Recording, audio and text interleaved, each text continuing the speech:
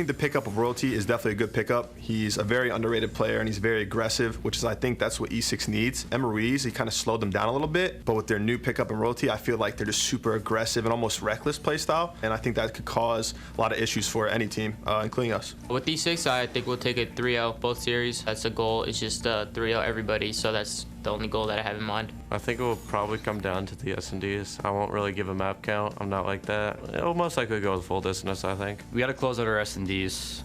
We choked a 5-3 lead versus them. As long as we could just play our game and pose our own aggressive play style on them, then we'll win. The aggression level is definitely increased because with Clayster, he was kind of like the main AR, and then now you bring in Gunless, who's more of a faster player. So now you have Attach, Zuma, and Gunless all running, kind of running around, and then you have Enable, I guess, sitting in the back, kind of being sort of the anchor. So I think they bring a lot more aggression now than with Clayster. Whether they'll be better or not, that's to be determined. I'm not really sure, but I think they do bring a lot of aggression to the team now. Call of Duty Global Pro League action continues here at day 2 of week 2 with the final game of the day. FaZe go toe-to-toe with Enigma6 in a game which could secure FaZe Clan Stage 2 playoff spot. For Enigma6, this is a must-win, and bear in mind when these two teams first played, FaZe Clan did 3-0 E6, so even more pressure really being applied over to E6. Joining me on the desk, of course, for the final game, we have the wonderful TP, Call of Duty World Champion, Call of Duty XP winner on the end there, Merc, and a legendary Complexity coach, Master X. Hey. How are you, Joe? I'm real good, dude. How are you? Hello, buddy. Hanging out. I'm good, man. We've had a great day of Call of Duty. We have, and it's great that it could potentially finish day 2 with FaZe securing their spot. And it's an interesting one. How much pressure, I guess, is E6 going to be feeling coming into this team? All of the pressure, honestly, especially getting 3-0 last night. Double round robin's really tough in that regard. That first matchup is pretty much sets the precedent for the rest of the weekend for you. And the fact that they got 3-0, they need to get probably a 3-0 right back just to force some sort of tiebreaker scenario if it does go later on, but we'll get to that later. Regardless, I just focus on that win first off and just focus on those mistakes that they were having last night. But the biggest thing, FaZe just gaining so much momentum, in my opinion. They're finally starting to click together. And man, when you add a player like Gunless, it's really what we expected. Definitely, he's been a fantastic addition to the FaZe Clan squad. Obviously, we heard in that video, Matt, Zuma says, yeah, both these 2 games are going to be 3-0. Well, you got the first one, right? Yep. Do you believe the second one is going to be a 3-0 as well for FaZe? I think it might be. I mean, with the way they beat Enigma6 the first time, I think the thing that plays really in FaZe's favor is how much pressure is on Enigma6. They know they need a win, and they know they need it most likely in a 3-0 fashion. Like, by getting 3-0'd yesterday against FaZe, kind of threw a lot of scenarios out of the window favorably for them in map count. So they need a win here. They need a 3-0. Right. It's just a ton of pressure on E6. Especially considering it doesn't look like anytime soon Elevate's going to steal a series either, so you desperately do need that win. Joe, you take a look at the map set. How's it panning out? Oh, man, a lot of throwback, and that's a lot of pressure from FaZe. They just put so much aggression on the map. When you talk about, I mean, they talked about in the video, Attach, Zuma, and Gunless, all 3 of those guys, they play fast, man. And we've seen Enigma6, they also have a very aggressive play style, but it hasn't been working out too much this week because players like Proto, he's been sort of dragging, not playing as well as he normally is. Zuma in that video says both games would have been 3-0. Coming into this, I'd be like, probably not. I thought E6 would maybe get in 1 or 2. So did I. So it's going to be crazy. Pressure on Enigma6 in what is a must-win matchup, the final game of day 2. We can send it down to our casters for the series. It's Courage and Momo. Thank you so much, gentlemen. Yes, one more final series today. It's a rematch of the last series from yesterday. FaZe Clan going up against Enigma6. Last time it was a 3-0 for FaZe, and Momo, for me, I think alongside all you guys, we were surprised to see that be that quick of a series to end day 1. Absolutely. I mean, I had these 2 teams at the end of this group kind of being that first and second. Ghost Gaming, they've already kind of sweeped in. They're 4-0 so far. But I think these 2 teams, they will butt heads. I don't see this being another 3-0 Jack. Well, Enigma6, you heard it from the analysts, a must-win match. FaZe looking to win their 3rd series in a row. The last 2 were both sweeps. We'll see if they can do it again. Throwback hardpoint to kick things off. This is the CWL Global Pro League Stage 2, Week 2, presented by PS4.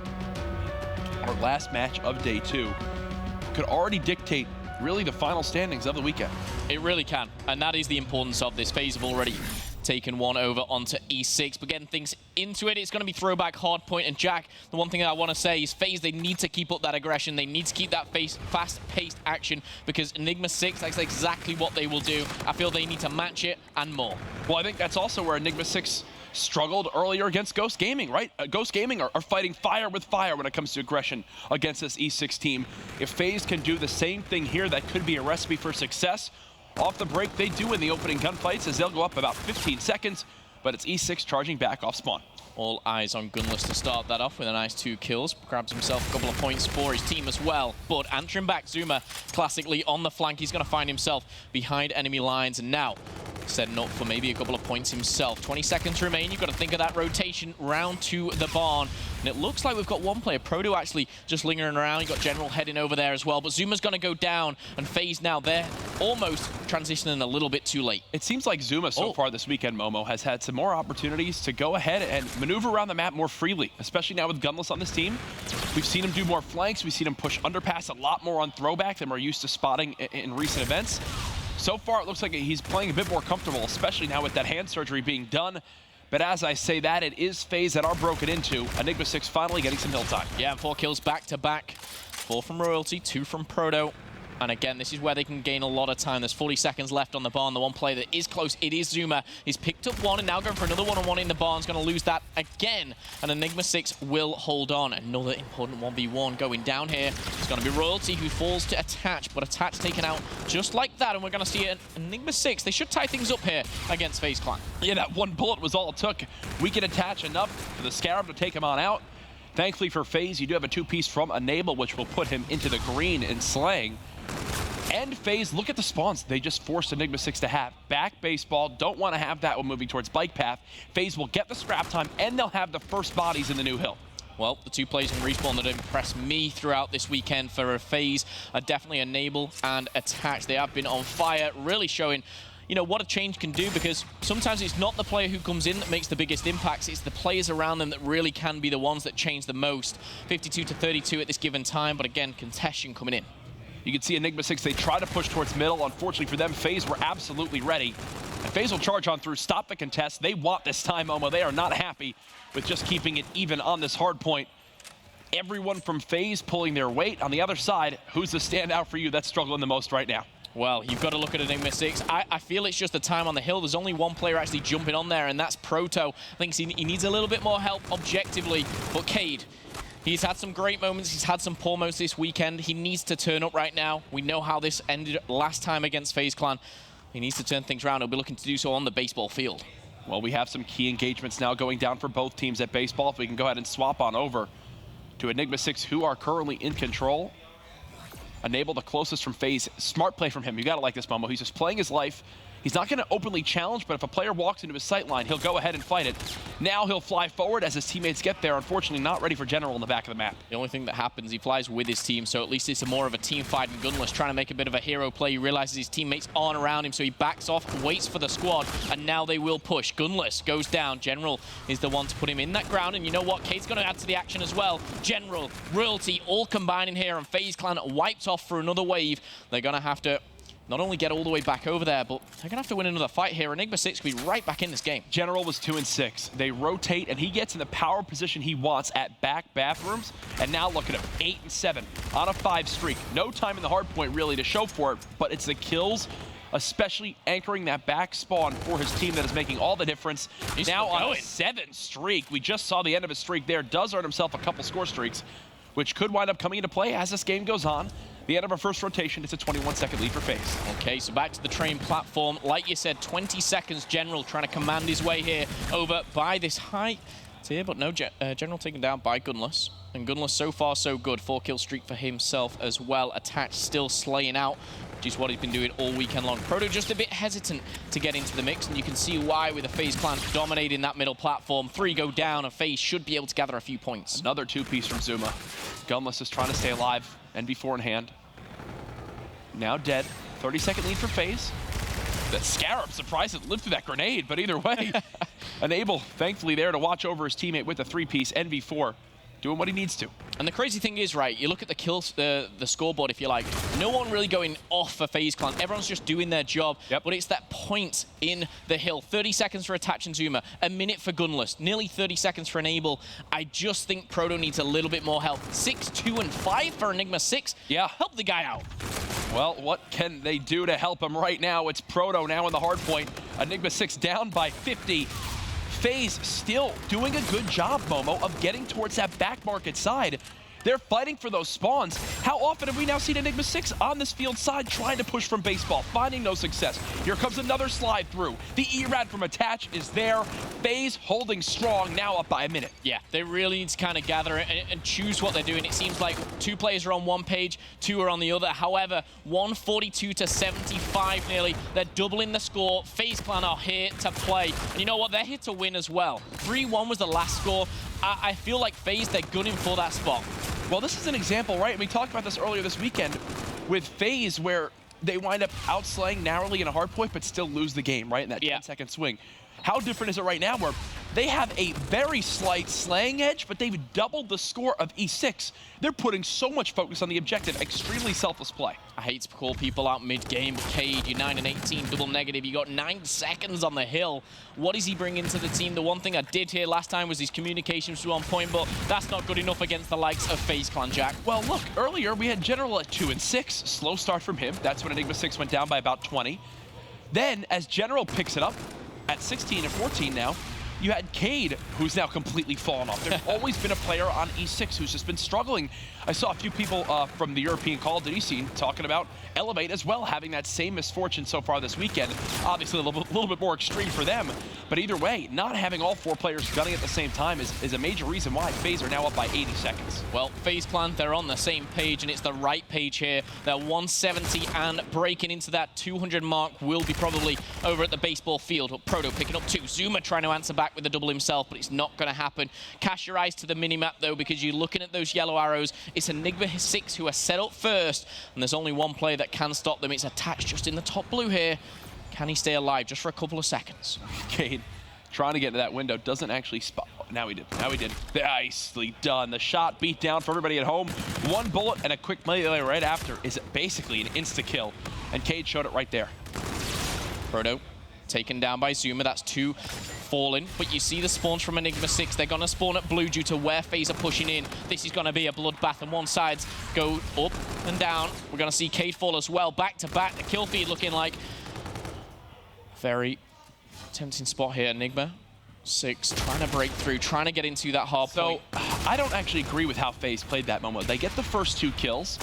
Yes, they know E6 are going to be spawning close, but right there, they stop their forward momentum and try to call in a Scarab as the lead blocker. And the one thing as well, calling in that Scarab, you're taking yourself off the map. Yeah. You're putting your team in harm's way, and I agree with you. Enable's going to bite back with 2, find himself a 3-kill streak, but Enigma6 definitely not out of this game. Yes, they're about 70, 80 points down here, but we've seen what Enigma6 can do on hardpoint. We need to get Cade on the right page here, but it looks like we're getting a little bit more help objectively. Enable making all the right moves right now. Trinity Rocket does get 2 for General, but the damage has already been done as this lead is still up to 70 seconds for FaZe.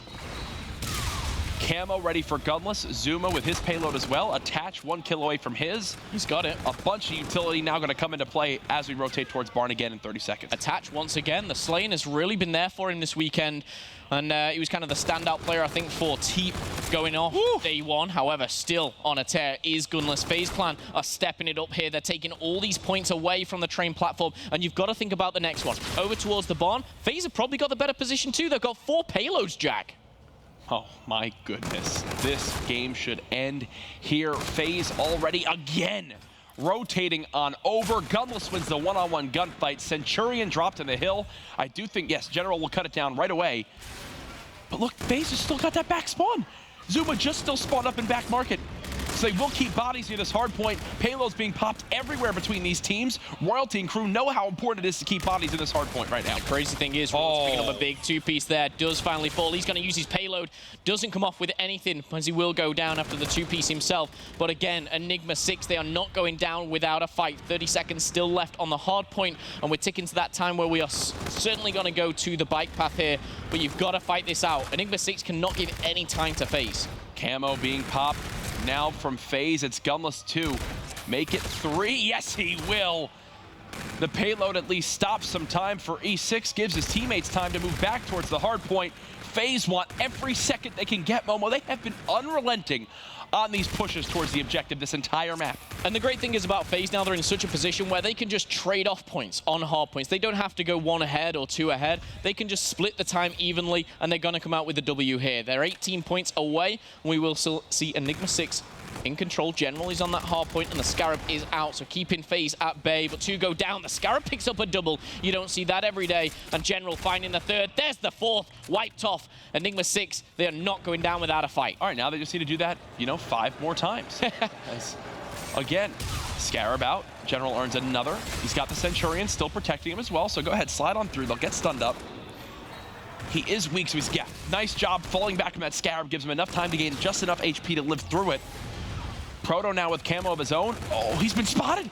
He gets spotted by Enable and weakened before he can really get too much damage done. Attaching Gunless in the hard point. FaZe want to end the map right here. Yep, and you know what? Time is ticking away. I feel like Enigma6, they're just denying the inevitable of FaZe Clan coming out on top. But time and time again, they're proving me wrong. I thought we were ending at bike path. We're heading to the baseball field, Jack. The fact that this game is still going on, as you mentioned, surprises me enough. Yeah. 2 kills now for FaZe, just 2 more to find, and this game will be done. Proto's the last hope for Enigma6. Oh my goodness, turns and burns onto attach, and they're still in this game. Okay, we've got a Scarab. Maybe you can keep them at bay, stun them a little bit. But the one thing that I will say is 1 break is all it needs. You got 4 players from FaZe, all dropping 30 bombs. The interactions are off the charts here.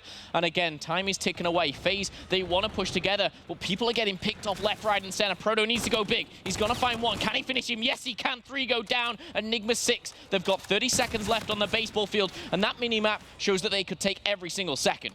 Still down by 45. FaZe, all they have to do is push in for the last bit of scrap time.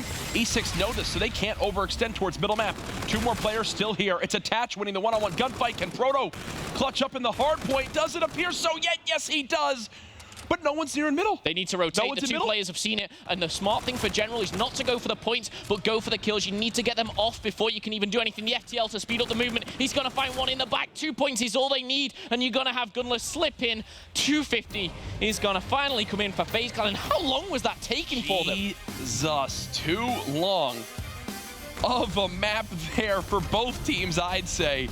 But in the end, it is FaZe who wind up winning it because of that large lead they built themselves earlier on. It shows how tough it is to make miraculous comebacks, Momo, on a map like Throwback.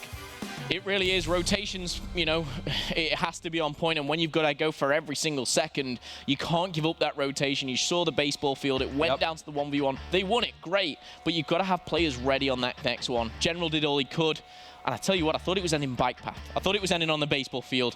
We see it go to the train platform, but like I said, they were kind of denying the inevitable there. FaZe Clan, they go 1-0 up. FaZe Clan are up 1-0, a must-win series for Enigma6 just got a hell of a lot harder. We know Elevate, they're out of contention at this point now, but it's still the battle for top 2. Who will wind up making it in towards playoffs? We'll wind up potentially finding out at the end of this series. Either way, we have a whole nother day of matches tomorrow. Momo, for you, does Elevate stand any chance at getting anything better than top 32 at Champs?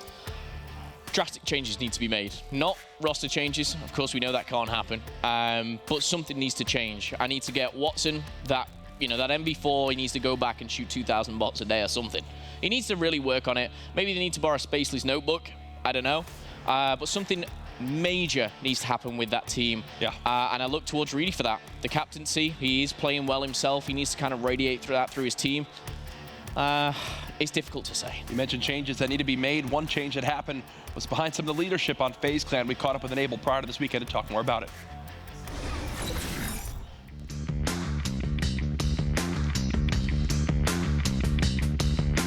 I don't feel any added pressure now that I'm stepping into the in-game leader because I've been doing that a lot. It just hasn't been shown to the public, I would say. So I'm fairly comfortable with this role. I think Enable fills a leadership role pretty well. Even when Clay was on the team, he didn't really have that much of a leadership role. A lot of people see him screaming on stage, and a lot of people call him our leader. But even when Clay was on the team, and he would even tell you himself that Enable was pretty much our leadership role even when he was on the team. I'm a pretty outspoken player. I've kind of been a leader for most of the teams I've been on, so I think I'll be in a pretty good spot to do so. Clayster would hype us up, like get the energy going a little bit, but Enable was definitely more so the in-game leader. I think being around first-person shooters for as long as I have and having that experience really helps me because I can kind of tell my teammates who are still fairly newer, I guess, compared to me in the scene, how it is switching a teammate, kind of forming that new relationship so late into a game and really mixing up that team chemistry. So me having that experience, and I've been through it multiple times before in my career, I think that helps a lot for the newer guys.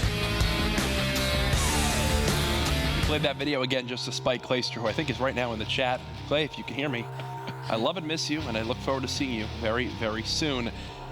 But we actually have some pretty standout numbers from this FaZe Clan team. One of them comes in Search and Destroy. Look at Gunless atop that leaderboard, a 1.93, 4 plants and 4 defuses.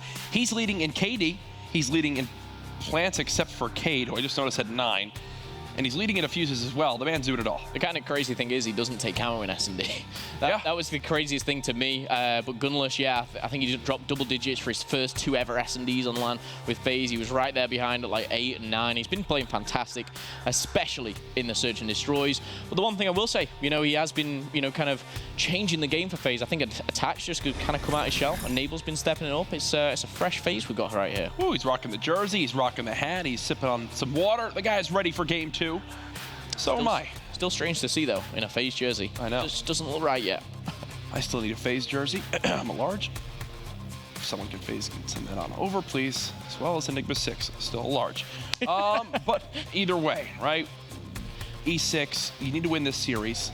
You just dropped the hard point to FaZe, came down to the wire. Hardpoint's been frustrating to watch from these guys, Momo, because even you think of that retaliation earlier today, they were down by 100 and brought it back to, what, a 6-second loss?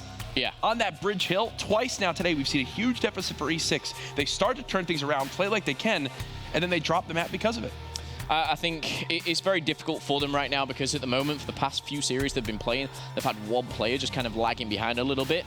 I think Cade needs to step it up in favor of E6, but I think Royalty just needs to continue. He's been really, really strong. Just kind of watching Royalty brings me so much joy, just like the way he moves around the map. Yeah. If he can continue to do that, we could see a very, very close game. Of course, Enigma6 and FaZe have already played once here.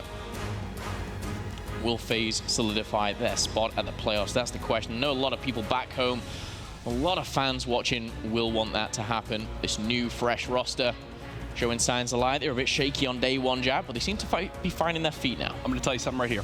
Tell me. E6 wins this map, we're going to a game 5. If FaZe wins this map, it's a 3-0 again for FaZe. I mean, 2 3-0s against obviously a top North American team like Enigma6 really does kind of make a statement in itself here, but we're going to jump on board with Enigma6. They're going to be on the attack first, and it looks like they've got a free bomb plan here. Ooh. Well, there we go. Attach kicking things off with the first blood. First blood. Cade now dead. Proto with the bomb, and he's going to go ahead and try to get this down. Wow, Royalty's been spotted too. Twice these guys just get tagged. Okay, nice. Why does this always happen with Attach? What is it happening with Attach and grenades? I have no idea right now. Royalty and Zuma. Royalty with the double, but a 1v2 for Enable. And this is still a very tricky spot. And that's kind of crazy. I was looking at the stats before, Jack. What just happened? I mean, Attach nade himself's not going to help anyone. How do you even do that? I mean, throw a nade at the floor. Make it bounce back off a wall. I've never done that. Jack, I actually dispute that. I'm going to dispute that. I'm going to be the first to do that. I've seen you do that. I have 5 or 6 vivid memories in just the last few months of where I've done that. Yeah, okay. You caught me. One thing I will say, Jack, you gave me a fun fact before. I was looking at the stats. Ghost Gaming, they had 19 first bloods this weekend. 18 of those rounds they've won. FaZe got the first blood and they throw it away that easily. Kind of crazy to think. Infinite Warfare, I really do feel that first blood means so much in Search and Destroy. Oh, most certainly. Especially when last weekend we were talking about how teams that planted first and got first blood didn't wind up securing those rounds. It's been the polar opposite, showing how good of a team Ghost is, especially in Search and Destroy. There's a second round in a row where FaZe get first blood. Last time they couldn't convert it. This time we'll see if their luck changes. Well, Attach is still on the map, which does help. 4v3 with 35 seconds. They need to go for the defuse, but the position of the bomb really isn't going to help them. They've got control of the top market. Zuma's going to put General in the ground, and a 2v4 with 29 seconds. Looks like only one way. FaZe Clan, they're looking for the first round on this map. And Royalty, I believe, also just has a K-bar. So where's their opportunity to kill the players off that back cover on market? Yeah, you hear the NV4 spraying on down. At this point, if you're Enigma6, you've just got to try something. But you're being flanked by Gunless with an SMG. FaZe tie up the game. Well played from FaZe. They played the clock very, very well there. The bomb positioning was perfect. The control of top market was perfect. A clinical round. And again, the first blood really paying off for them this time. FaZe Clan do tie things up 1 apiece here. And I think this could be a very, very close search and destroy. If we do go to that game 5, Jack, like you said, I think these S&Ds between these two teams are going to be nail biters. Oh, 100%. And that's all you could ask for. General and Royalty, they've been some of the standout players for Enigma6 in S&D this weekend. Full stack from FaZe. More of a standard strategy, but I could hear Enable yelling, Hall, Hall, all there, all there. He saw 4 players cross that area. Attached, just trying to get out with his life. Enigma6 try up something different, but they keep their focus on that top A site, and they'll get a second plant for this game. Yeah, Enable's going to be taken out pretty quickly in that round, coming from Cade. And now with the bomb plant, this is where Enigma6 can really take control of that Cathedral, and they're going to get the second as well. It's Cade himself. General leaves Gunless only in a 1v4, and you've got to help. Is it just a visit over the fence? Yes, it is. And down a hole. If Attach wins that 1v1 gunfight against Cade, I believe that was on Market Stairs, they have a chance. But once he dies there, you know that round is ending quickly. Yeah, General again up close and personal with the AR. One of the better players I've seen this weekend, whether it's an NV4 or a K-bar, at controlling his ADS in close range engagements like that. So Enigma6, 2 rounds on offense, 2 rounds secured near that A site. FaZe will be the round in this round, attacking. They'll be heading over to A, which is the first time, I believe. However, they're going to be matched straight up by General and Co. Oh, if they hit the outer wall with this round. A better grenade from Attach this time, obviously on the opposing team. And again, first blood for FaZe. I actually am really surprised to see teams not be ready to blow up those cars. It's one of the biggest strategies at hardpoint. You have your lead guy blow up the vehicle for your teammate who's going to play in the hill. They're just standing next to 3 exploding cars. He winds up paying the ultimate price. I felt FaZe were in a very vulnerable position there, but Enigma6 have actually backed off. Of course, they can't see what we can, and they're going to go for the full wrap. Now, Enable may be expecting a push here coming from Broken side. Little does he know, they're all over towards this graveyard. Has Gunless spotted anything as of yet? I don't believe so. Yeah, he's not expecting someone to be close. Will win the one-on-one gunfight, but there's a trade opportunity now for Cade. There it is. 1 versus 2. Zuma left last alive, and whoop, Cade's now seen him. Yeah, he's been spotted, and he knows now that one will be kind of just rushing at him. He can hop it. It's not planted for Zuma. This was a terribly played out round from FaZe. Absolutely. They planted it on the opposite side of the bomb. Yeah, they kind of pushed right round and set up on the wrong side. The one thing we've been saying all weekend long, and to be honest, all year, is no one kind of just hops on the bomb and goes for that ninja. You know, even in a 2v1, they're looking for you, they're seeking you. But when you've got the bomb in that position, it's so easy. That's one where if Cade sees the bomb planted on the other side, he goes and challenges with his teammate. Yeah. Because he sees it planted on the Cathedral side and no one from FaZe is even near there, of course he's going to hop it right away. Prone and Defuse. Enigma6 lead 3-1 in the Search and Destroy. Going into round number 5. Attach again. First blood. And there we go, followed by second and third, and good luck to Proto in a 1v4. He's already 0-3. This is not going to help him. That was just unacceptable from Enigma6. They try to go for a flank onto Attach. Attach 1 reads it like a book, and then he turns and snaps right onto General for the second kill. They try something, they get buried in bedroom. 3-2. FaZe regain after that rough round loss. All 4 were hunting him down there. Oh, yeah. You are not getting away. Well, they don't want him to get off the map, right? Absolutely. He was trying to wiggle his way around. Not going to happen. Attach starts the round with the first and ends it with the last. Attach again, standing out here in the series so far.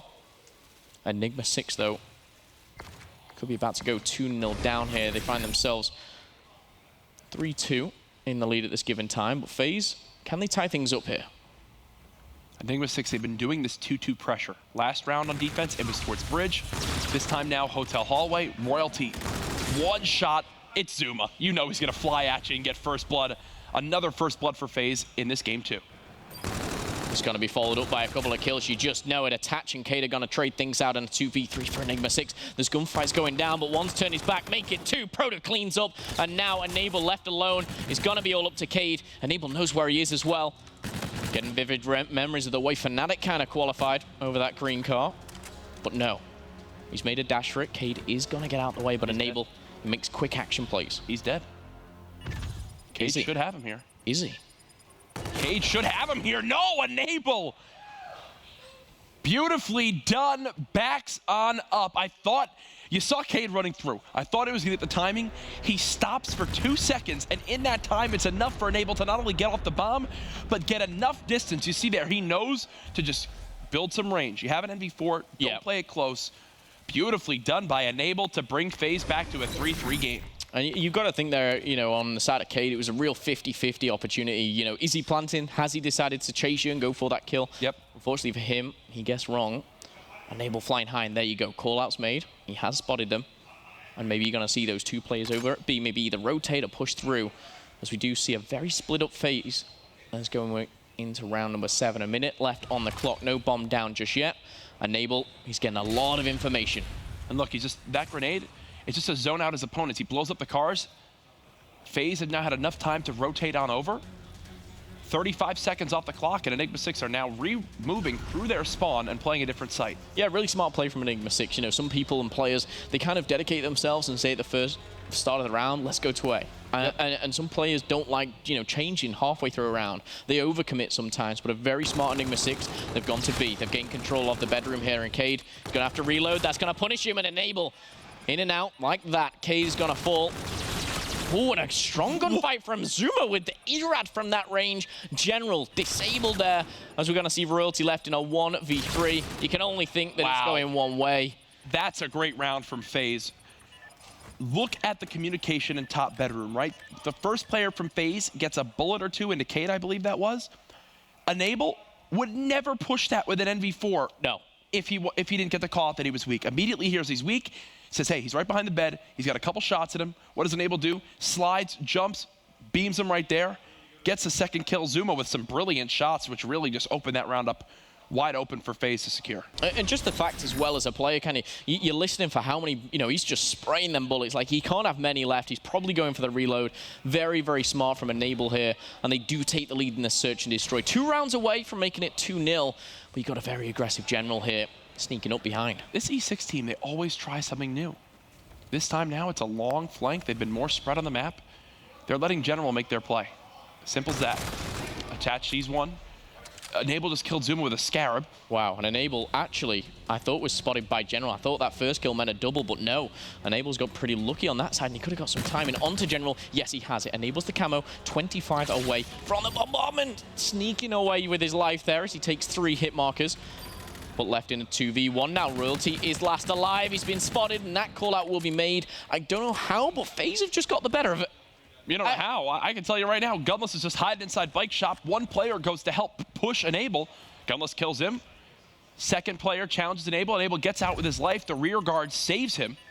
And because of that, Gunless is then able to shoot a second player in the back with the ERAD.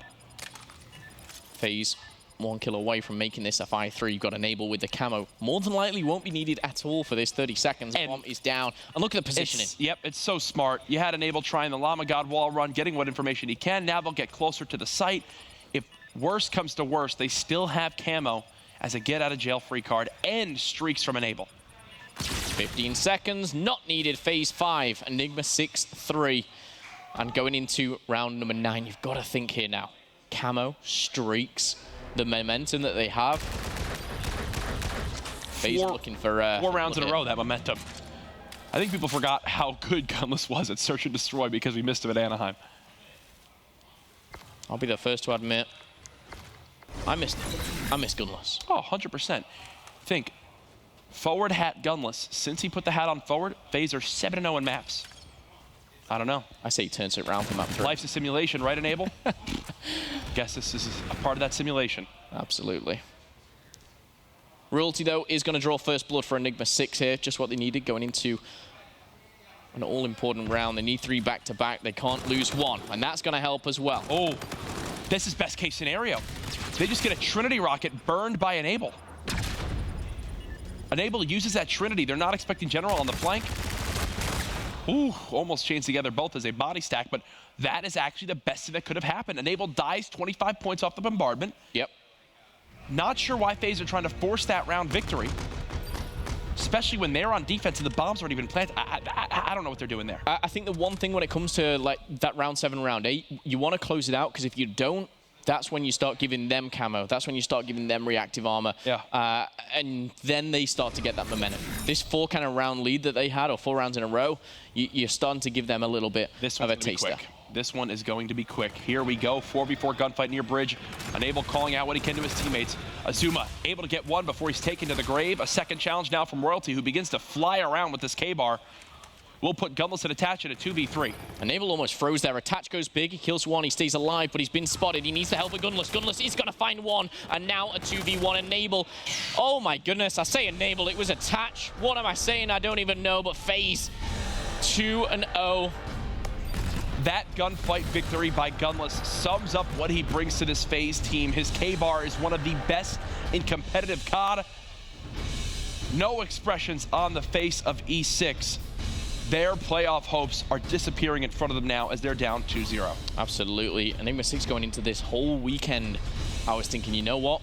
They're finishing top 2, but can they take that first spot? I actually thought they would. I thought this FaZe may be a bit iffy. Yeah. I thought Enigma6 may be looking for that #1 seed, but no. FaZe, they're looking dominant, 2-0 up already. And you know what? You said it, Jack. You said if they win map 2, it's going to end 3-0. If FaZe now take this uplink, yes, they've done their job. They've beaten Enigma6 in 2 sweeps, but I know what their main goal will be, and that is getting revenge against Ghost Gaming potentially tomorrow. They still have a series to finish today. FaZe now up 2-0 as they continue to steamroll right on through week 2.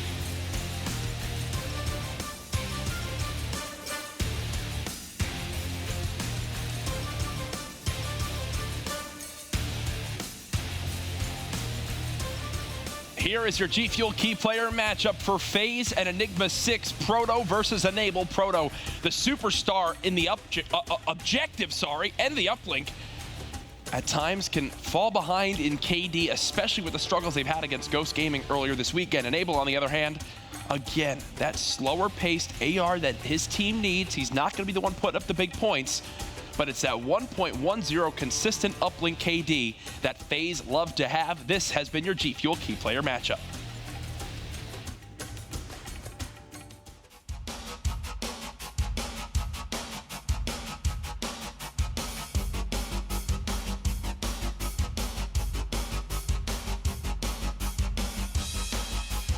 Ladies and gentlemen, it's our final series of the night. FaZe up 2-0 over Enigma6. And I'm actually very excited to announce we've got a guest caster, pro caster for this game 3. It is none other than our playoff-bound, fantastic European team. It's Scraps from Fnatic. Scraps, my friend, thank you so much for being here. He flew all the way out. Scraps, I got a great question for you. Gotta hear from you guys. What does it feel like to finally have qualified for playoffs? How are you guys feeling after that big weekend?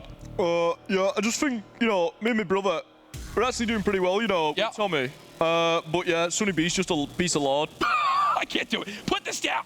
We're ready for game 3. We're having some fun with Scraps, one of the big new names in competitive Call of Duty that everyone seems to love. They'll be playoff bound. Unfortunately, their European brethren in Elevate won't be. They will not be. But FaZe could be joining them right now. They could be. In these playoffs with this potential map victory here. You think it's done now, 3-0? I think, yeah, I'm going to go 3-0 FaZe. They're looking confident. They're looking very good as a team. And I think it's just another statement here for the new FaZe roster. Okay. I have to agree. I said it prior to map 2. I mentioned that FaZe, if they win the S&D, there's a 3-0. If Enigma6 won the S&D, we would have been going to a game 5. As you all know, FaZe didn't win that Search and Destroy off the backs of a great performance from Gunless. As you can see there, some insane round scenarios that they wind up winning. E6, this has been kind of the most down they've looked at themselves this weekend, and it's for good reason, Momo. They're on the verge of finishing only 3rd. Yeah, and, 3rd this time, stage 1, it meant something here where, you solidified champs, you solidified your stage 2. 3rd here just means, you're not in the playoffs. It's such a disappointment here for these guys, and all 3 teams will want to finish in that top 2 spot. Yeah. But of course, only 2 can. And our big story then for Sunday would be, can FaZe take first from Ghost Gaming? I mean, Ghost, they're currently 4-0. Yes. Ghost have already beaten FaZe. So, FaZe have not only got to beat Ghost, they've got to beat him in a certain way. It's going to be difficult, most definitely for FaZe, but it's possible. It is possible, and a lot of, like I said before, a lot of FaZe fans out there will want that to happen. Sorry, just had to push Scraps out of the way there. Oh, he's full of... Yeah. Here we go. We are ready for game number 3. As this could be the end of Enigma6 playoff hopes here in stage 2. Scraps doesn't smell too good either, We've got a lot of things in common. Scraps will be joining us for playoffs. However, one of these teams trying to book themselves a spot in that playoff. Is it FaZe? Is it Enigma6? Enigma6, they're 2-0 down here. We're going into the uplink. And you know what, E6, they were always renowned to be a very, very strong uplink team. The Royalty, obviously, or Royalty joining them, a lot of people said it kind of dampened their uplink. Yeah. Well, here we go. Enigma6, they get the point of the board right away. That's what they needed. Cade with the 2-0 start. No, can't get the 3rd. Enable at least cleans out his base. And because of that kill, the rest of FaZe can now overextend towards middle map, Momo, and get a presence towards this new drone spawn. Love what I'm seeing from them right there. Okay, so they need to regain the control of the platform. It's all about mid-control. Obviously, on uplink throwback, you need to kind of have that high lane, and so far, so good for the likes of Enigma6. Great to see Cade having a good start. 4-on-1 for him as he does fall there to attach. However, a minute has passed, and 1 point has been scored. Enigma6, they lead 1-0. Enigma6 still doing what they can to keep control of top ticket on FaZe's side of the map. You just saw Zuma with that kill on the Royalty. Does remove him from that position, as he's still just pushing forward with this E-Rat. Getting aggressive with the sub. Fight fire with fire when it comes to E6's aggression. So far with Gunless on this team, FaZe have done a great job of matching it. Okay, well, Gunless has that drone in his hand. He's pushing forward. He's the first one there. And He only has one player to help, and that's Attach, and he's going to be coming up against 3 Enigma6 players, so he reroutes himself back to the middle, finds himself a couple of players. Attach finding a kill will help him as well, but staying alive is the important thing. He might want to drop the drone right now as 3 players go down, get that weapon back out. Not going to help him here. It's all 4-4 for FaZe Clan. General, what does he do? Rush right towards top food. Stay alive, then re-challenge with your team. Beautiful shot as he beams right on over to Zuma. There's the second to enable. The one-man wrecking crew, that is General, a 5 streak from him, now double positive. Spots a 6th as well, and he's the reason why Proto's able to throw in that 1. 2-0 to Enigma6, so far so good. FaZe Clan seems to be a little bit struggling in the Slain department, but Attach once again, 7 and 4, 4-kill streak for him. He's working towards that Scarab with 1 more kill.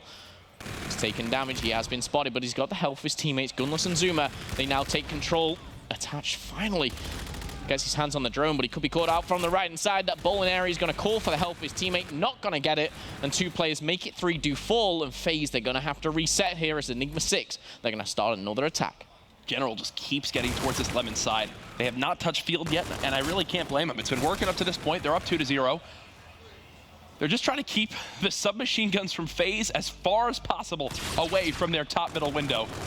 Proto getting fancy with the drone. Gunless accidentally team kills Attached though, so it would have been a 4v2 number advantage in middle. Instead, it's just a 2v3 that Enigma6 will have to overcome. Zuma's gone big with the double kill and now can push forward. That aggressive play will pay off for him. Finds number 3. And even though Proto does take him down, that aim enables so many gaps and, you know, avenues for FaZe to push forward. Could this be the first point on the board for FaZe? Are they going to go for a safe one? It looks good. It is good. FaZe and Gunless is going to be the one to strike back. 1.5 minutes left on the clock here in the first half. Of course, potentially our last map of the day, Jack. Potentially the last map of the day, indeed. Would have been another quick one. Because of all the 3-0s, I believe we've had 7 series up to this point. 5 have been 3-0s, 2 have been game 4s, with another potential for a 3-0 here if FaZe can wind up turning up for these next, 6 minutes of play. But General and crew, they have something else they want to say about it. General now 11-8, his best start so far this series.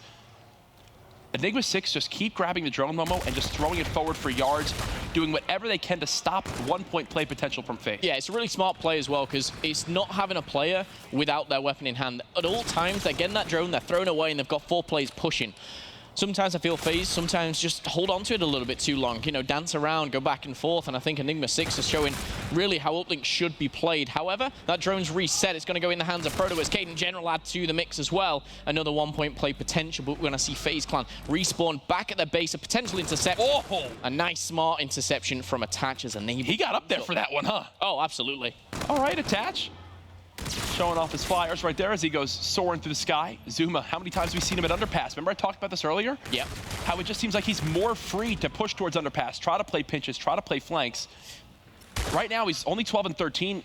Yes, it hasn't worked out too well for FaZe, but I like that they keep trying to put on this different type of pressure onto E6. And I think the discussion is always going to come up, what would have happened with Clay here? How is Gunless affecting this? And, yes, they've kind of lost that very static assault rifle, which can just kind of dominate. But the one thing that Gunless is doing is being more aggressive, which is enabling Zuma to be more aggressive. He kind of feels more comfortable, it looks like. However, they're 2-1 down. They are. 5 minutes left, obviously, on the second side. But going into this, we've already seen, I think, 3 uplinks now, where the first half's been super, super close, and then suddenly 8 or 9 points have been scored. Remember, Enigma6, Maven mentioned it, the only team, well, not the only team, sorry, the best team in uplink statistically in stage 1 in their regular group stage. Not been the same case here this weekend. They definitely struggled a little bit more with Royalty on this team. It was brought up during the Black Ops 3 season a little bit at times, with Royalty having some different pacing issues, maybe playing a little bit too selfishly in these different types of game modes. Yeah. Especially in CTF is where he got a lot of critiques, if you remember from last year. Right now, you can't really blame him for their struggles, but you got to begin to wonder, what exactly is it that has gone downhill for them in this game 3?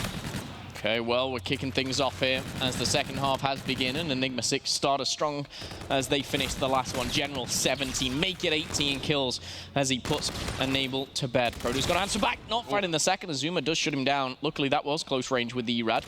Otherwise, could have found himself in a lot of trouble. Royalty and Cade, though, they're putting the pressure on. The interesting thing is that drone hasn't moved. It's still going back and forth, and all they're trying to do here is get that roll. Wow, Enable. That can't happen. And again. Enable. That cannot happen if you're Enigma6. He was one shot. You had 2 players there. It should have been an easy cleanup. Instead, now the drone moving forward. This is to tie the game. No, take the lead. Gunless going for the dunk. There it is, and they give it to the player who's obviously rocking that active camo. They want him to get as much score as he can because right now, looking at 9 and 15. Absolutely. And a selfless play and a smart play, I would say, coming in from Gunless there to give that away. And the man is on your screen. Get rid of that drone. He wants a gunfight. He gets it and he wins it. Proto does fall and it's answered back very, very quickly here. But again, we're going into potentially the last 3 minutes of this game. And there's only 1 point separating these 2 North American Titans here. FaZe Clan have been so consistent throughout the year, but they fell off just towards the end. They've made a change here. It looks like it's making an impact. Did you hear that sound? Didn't get to see it too much. Overdrive burned right there from Enigma6. General no longer with that payload, and it's for nothing. So that's a big one. Coming down to the end of side 2, where payloads are so important, Overdrive will not be a tool to have if you're on the side of Enigma6. Cade and Proto are going to stop that push from FaZe Clan here. But payload's so important. We're going to see, obviously, maybe Camo come in a little bit later, React Farmer as well. But payloads, they're crucial in a game mode like Uplink. Gunless and Enable are going to put 3 away. He reads it like a book. Perfect play from Attach there as he hits number 19.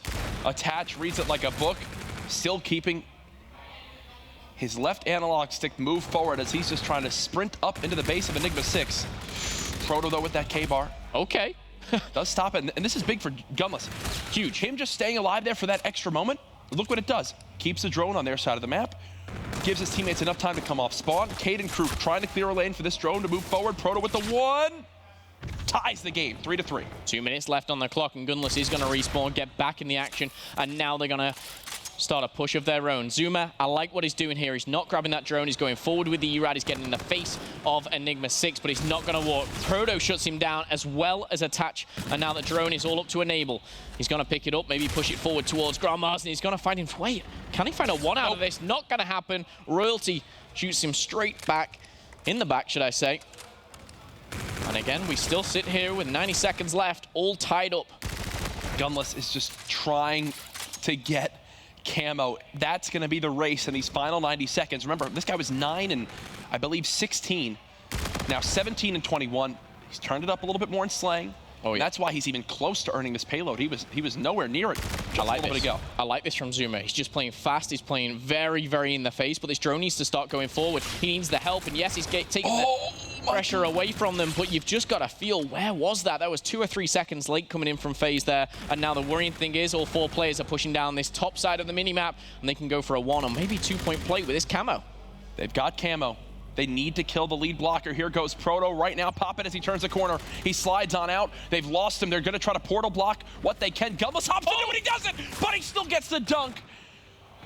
Smart defensive play from Gunless, but the dunk still goes through. 45 seconds. Gunless needs to grab camo. He's got it. Gunless has the camo. He's picked up the kill. That's what they needed. To tie this up now, they need to get that drone, get the kills they have done. They need to get this drone to Gunless. On your mini-map, it's number 2. He's the one with it. Is he going to pop it? He's so weak. He didn't want to use it. For 30 seconds, you've got to do something. All 3 players go down. It's all up to Attach.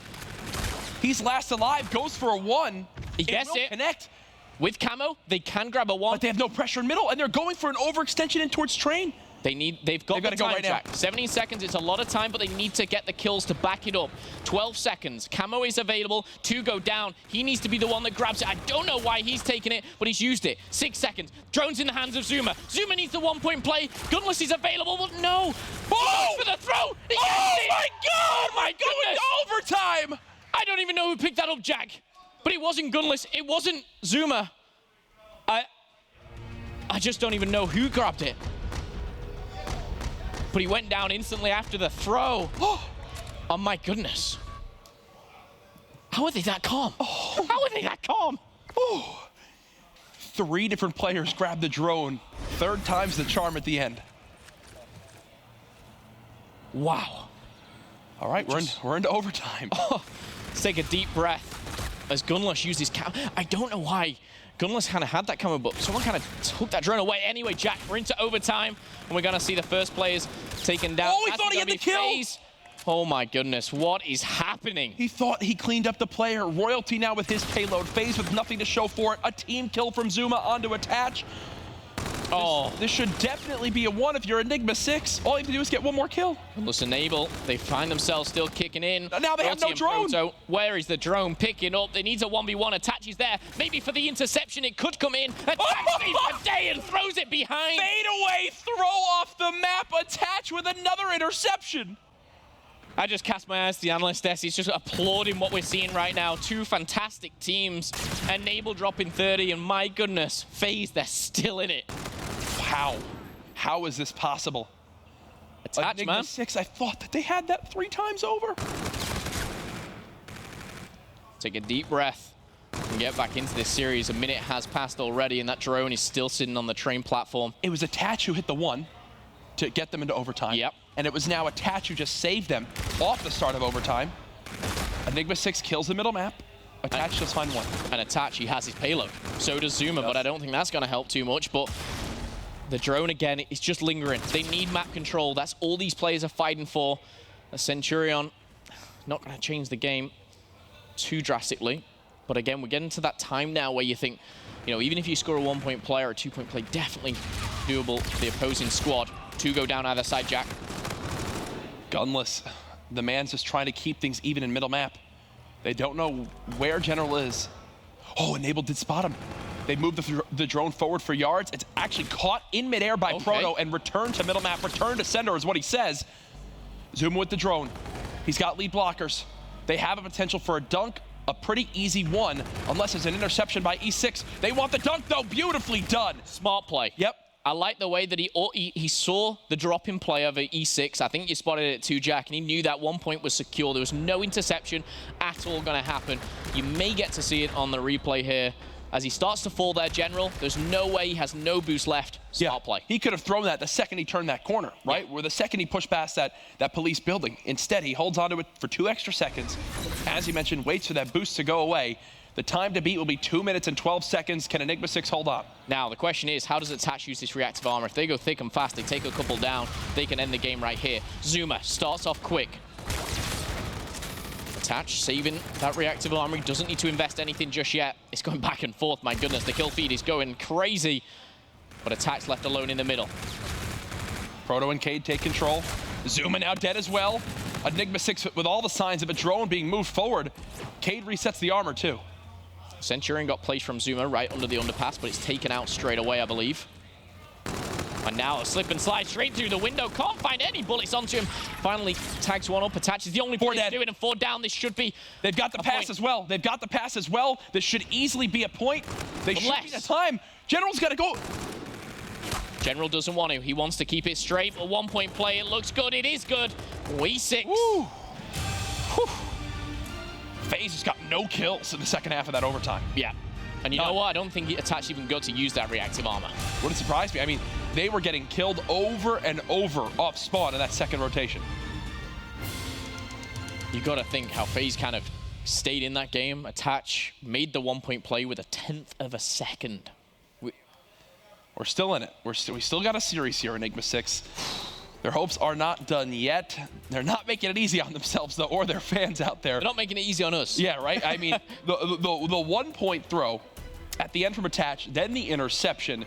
But again, at the end of it all, that final 2 minutes and 12 seconds they had to hold on for, go and look at the kill difference. It was probably something like 14-5 in that second half of overtime as Enigma6 just steamrolled them in middle. And thus, we will go to a game 4, another hard point. E6 will not be double swept by FaZe in our second round of the round robin. Yeah, and FaZe now, you know, they've got to regain from that. Yes. They played extremely well. A lot of people will argue. You know, E6 was the better team in that uplink. You know, they got a very, very late 1 point play. They saved the 1 point play in the overtime. But Enigma6, they just were too damn strong. They most certainly were. There's FaZe. You mentioned they have to bounce back. We're going to go back over to a hard point again. You now have some momentum for Enigma6. They're getting their classes all set up. Momo, I thought it was done with FaZe winning that S&D. Doesn't seem to be the case. Some life left in Enigma6. Who's your player to watch now in Game 4? Who's got to go big time? I think General, you know, he was turning up towards the second side of that uplink. I think I want to see him consistently just kind of taken any player on from FaZe, no matter who it is. You know, he can go toe-to-toe with the best. But Cade, you know, I picked him before the series to turn up. He actually played pretty well. You know, he was playing pretty well throughout, but to kind of take this as a series, they've got to win another 2 maps. He's got to keep that up. Listen, for the first time in that series, I feel like you saw all 4 players from E6 click. Everyone in Slang was there. Everyone was winning their gunfights, and look what happened because of it. They clutch up an overtime in uplink, one of the rare ones we've had so far in stage 2. As we get prepared to go into game 4, we'll see exactly what the map is, because I'd love to remind people at home, it's been one of the few series we've had go past a 3-0 sweep, right? Yeah, I think it might be Retaliator. I don't know why, but I think it was Retail Throwback for some reason. But I could be completely wrong, Jack. You probably are. I took a wild stab in the dark. Let's hope for the best. Yeah, well, we will hope for the best as we go ahead on with this series. Momo, for you, moving forward, Europe's chances of getting more teams in playoffs. You still have who out there? Splice, Red Reserve, Epsilon, Red Reserve. Of those 3 teams, how many think make it? You've got to look at the groups. I think all are capable by all means, but Epsilon has a very, very tough group of Optic, Envy, and Cloud9. I'm going to say they make it. Okay. You know, I'm making a bold statement in saying that, but I think themselves and Optic come out of that pool. I don't know, actually. Cloud9, they've been very, very strong. I think one. I think we get. If you bet too much against them. I think we get two of the 3 out. 2 of the 3. Yeah. Pick 2. Anyway, into the game, Jack. Doesn't want to get roasted. No, I think Splice make it, and I'm gonna go with Epsilon. All right, here we go. FaZe versus Enigma6. Not seeing any crazy DMR thermal strategies like we saw from the boys of Ghost, but it's already 4 dead, and it's NB4s all over the kill feed. Yeah, and I'm happy about that. Put that rubbish away. I'm not a fan. You're not a fan? I don't like it at all. I think, yeah, you might pick up 1 kill, but then you're just kind of a bit of a detriment to your team. You sat there with, like, some pretty useless weapon. I'm not a fan of it. I've seen it come off online a lot more than LAN.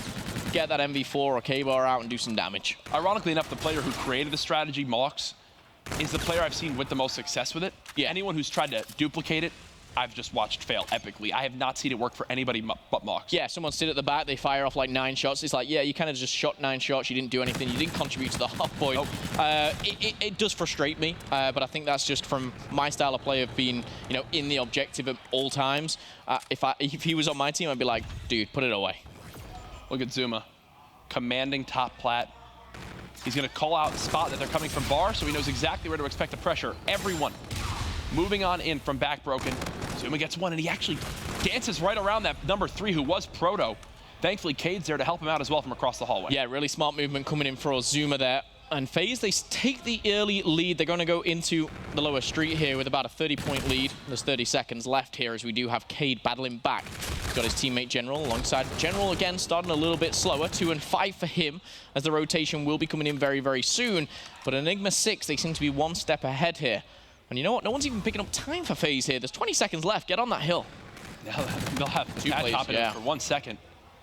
But Enable knows how much more important it is for him to just stay alive here. Eats a couple more shots. Oh, no. I was about to say, I thought rear guard saves him right there, but no, he's got FTL jump on. Seen again. Enable 1 shot again. Thankfully, Cade is there to help. But either way, FaZe do control Cathedral. They already have a 40-second lead, and this is where it can get out of hand quick. The same fate happened to Enigma6 when they faced Ghost Gaming on this map earlier on today. And that's going to be a good start for Cade as he does push forward, but Detach is going to level it up at a 3v3. You'd favor FaZe as they are in the more powerful position, but 2 players breaking through for Enigma6. They do take control of the Cathedral for a second, but 1 player is Attach, and the double kill does make his team retain that. And this is super important because not only is he in the hill, he's pushing his Scarab out here just to kind of deter them, and all of his team are tracking back over that bridge. They should be able to keep control, and you're going to see Proto and the likes of Enigma6 now look towards Broken. Attach must be a big, Zero fan. Is he rocking the same reticle as Zero? Is it the pink 3 pink dots? Yes. Then it is. That's why he's 9 and 3 right now. Shout out to Zero, one of the best players in the world, our Stage 1 MVP. You'll see him next week, right? You will. Next week. It's going to be a difficult group and a very interesting one to say the least, but he's very confident of getting out. Oh! Whew. Okay, Attach. He just continues to impress me. This weekend, compared to, you know, their stage 1, he's been a different player. 7 kill streak, not bad, Attach. Keep it up. You're almost 100 points in the lead here, but Enigma6, they've got control. As for now, I say that not for long.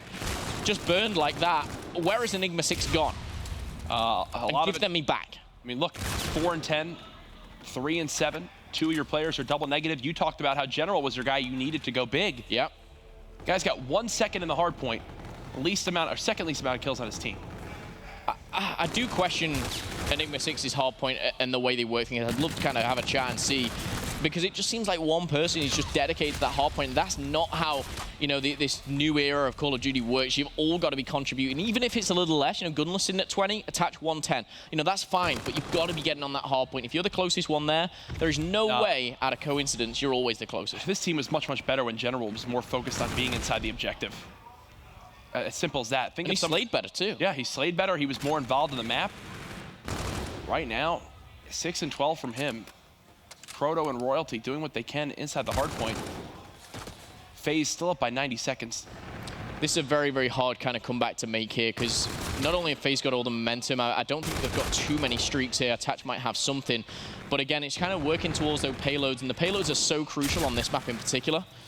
I would say that this is an easier comeback of coming back by almost 90+ seconds on retaliation than what they had to do on throwback, where they had to come back by like 50. You know? Yeah, throwback in particular is very hard to kind of come back on. I mean, yes, you can kind of have that snowball effect if you can get control of Cathedral and then somehow break broken. That's a strong 80 points, 90 points out of it.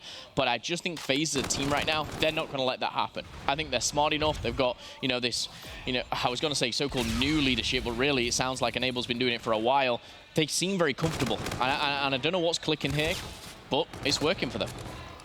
Proto just dancing around. Wall bouncing, soaking shots, baiting for the rest of his team to get the kills. What was a 100-second lead? Now down to just 50. This is what we talked about, where this game can snowball out of control quick. There's no crazy streak so for Enigma6, which is a positive takeaway if you're on the side of FaZe. Yeah, Attach does have that bombardment, so definitely be aware of that. May come into play at the next bridge if it goes all that way. Even the Cathedral. I would say Cathedral. Yeah. Cathedral, you're absolutely right, Jack. Or now. Okay. Or FaZe right now. Want to not give up these last 18 seconds? Okay. They want to put this game to bed. They want to take that lead, but the last 10 don't agree seconds, with that at all.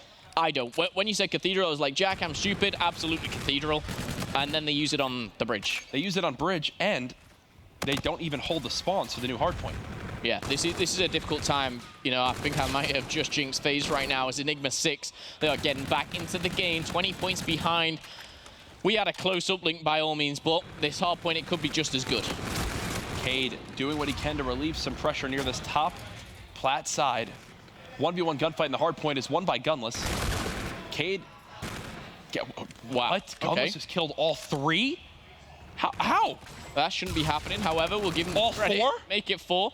He's sitting comfortable. He's using all 5? Little ticket box to his advantage. Can he make it 6? It's looking good. I don't think it's wise to challenge him right now.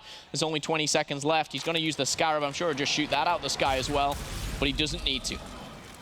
He's still alive. Finally, as I say it, gets shot in the back. 179 to 131. As FaZe are looking to hold these spawns at new, and it's Enable's 2-piece that's going to get the job done. Yeah, Enable as well. He's set up already. He's got the spawn for Zuma, who's going to find himself in a very favorable position. The call-out coming in from Enable there, just hiding behind this little tombstone, but he's going to be taken down. Proto using the height to his advantage there. Gunless trading that one out, and now maybe a possible pinch here coming in for Enigma6. 2 from the bridge. FTL has been used. That comes in from General. He picks up 2, and a great usage of FTL could find themselves back in the game. With 40 seconds still left on this Cathedral, they can find themselves almost back-to-back. My favorite FTL plays are ones that are actually well thought out. You know, not panic ones that you see in S&D where a player starts to get one shot, just tries to use it to get behind the guy, and most times it doesn't work out. Like there, General uses it as a gap closer, a way to get past an extremely open line of sight where ARs can fire down range. He gets into towards Cathedral cover. Another great one, you know, Llama, an uplink. You throw the drone forward, you FTL into it, you get it, then throw it for the 1. it's little things like that that I think make FTL a strong payload ability. Yeah, it really is. In the right hands, it's fantastic. And just kind of touching on that FTL, is the fact he's, he was going in with a player. He was almost kind of grouping up and, in a bit of a choke point. But that FTL, it just separates him instantly. And, the FaZe players turn around. It's difficult. However, FaZe still lead by around 35 points and growing. FaZe Clan still... This is dominating Broken. This is the map for me. I mean, this is the whole map for me right now. Enigma6 get the 3 kills. That right there, if they win this map, that's the moment that won them this game. Well, it very well could be. We've got one player spawning out. That is Caden. Royalty 22 and 18. Very, very strong start. But just the fact that he can come from behind. The camo has been used right. Gunless, you know what? 3 players go down. You couldn't have it worse. Gunless has had a terrible weekend with camo. He really has. I've seen uplink, throwback, poor use of camo there, poor use of camo. I'm trying to think. I mean, he doesn't even use it in S&D, which I think is poor in itself. But judging on what he's done, it's been difficult to watch. FaZe can improve one thing. It's camo. Look at the score, Jack. What was a 100-second lead is now a 1 point is now a tie between E6 and FaZe. What a comeback from the do-or-die team, Enigma6. Enigma6, they are back in the lead. Could we be seeing a game 5? Jack said if it doesn't go on the 3rd, we will see it. 10 points in the lead and growing. You look at that mini-map and FaZe, they're not that close to breaking here. You've got all 4 players lingering around, and you've got to look towards the payloads. Royalty's nearly got his. I think he's rocking Centurion. Zuma's already on his way as well, but 3 players back-to-back. We are going to see the bridge most definitely. We most certainly are. FaZe, they need to watch out the side door. 2 Scarabs will lead the charge for Enigma6. A pinch also coming in. Enable's ready for it. The Scarab picks off Zuma. Enable gets gunned by Cade. That just cannot happen in that scenario, especially when you're holding the door. These 14 seconds could basically put this game out of reach for FaZe. It really could, and I've just got to give credit where credit's due. That Scarab play was fantastic. It takes down the 1 player in the hard point. It's a 3v4. They push forward. No one is in that hard point. However, it's all about the bridge. 9 points away and generally setting up for that victory. I don't believe we've got any streaks, but I say that. I thought I heard something coming in. 9 points away, Jack. Gunless challenges while weak. It's a pinch now from Proto. He's popped his payload as well. Everyone from Enigma6 soaring in, attached with reactive. That's not going to do anything. Centurion now dropped. Royalty with reactive of his own. Enigma6 will bring us to a game 5, our first of the weekend. Wow, okay. The uplink ends like that. The hard point, we see a miraculous 100-point comeback. I think I jinxed it, Jack. I was like, it's very difficult to come back on retaliation. Yeah, shut up, Phil. Well, that's what I said. I said, I think you'd rather want to try to come back by 100 seconds on retaliation than 50 seconds on throwback. And it's because of things like that. Absolutely. You were spot on, Jack, and now we are going to see a game 5 S&D. The one thing that you did say, Jack, was, if we don't see it end in 3, we're going to a game 5, but you didn't say who's going to win that game 5. I've still got FaZe. You still got FaZe. I've still got FaZe winning this one. Gunless just too good right now. His S&D's been on. I think now with that last S&D, I believe his KD is just... Well, it was 1.93? Yeah, just shy of that 2.0. Either way, numbers are nuts. Folks, our first game 5. Tweet the stream. It's our last match of the night. E6 versus FaZe.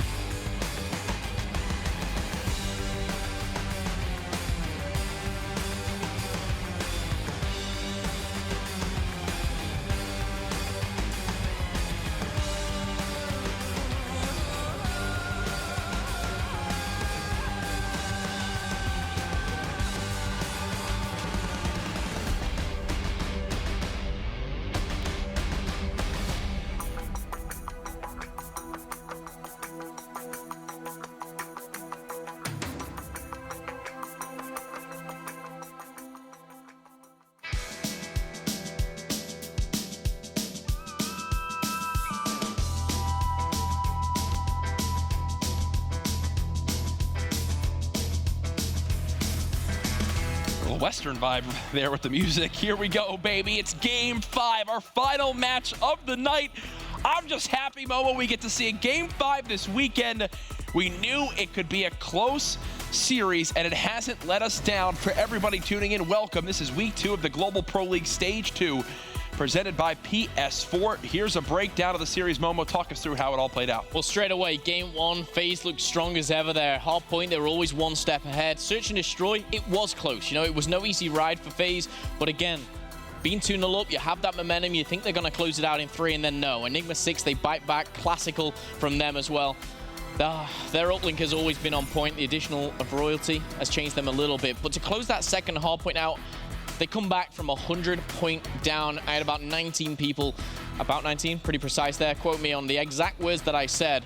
Was surely the leadership of FaZe will not allow the comeback here on retaliation. I'm sorry, I'm just sorry. No, here we go, I'm ready. It's time, it's Game 5. It's our first one of the weekend. Cannot stress that enough. FaZe win this, they qualify for the CWL Stage 2 playoffs with a chance to win the majority of that $500,000 prize pool. We'll see there.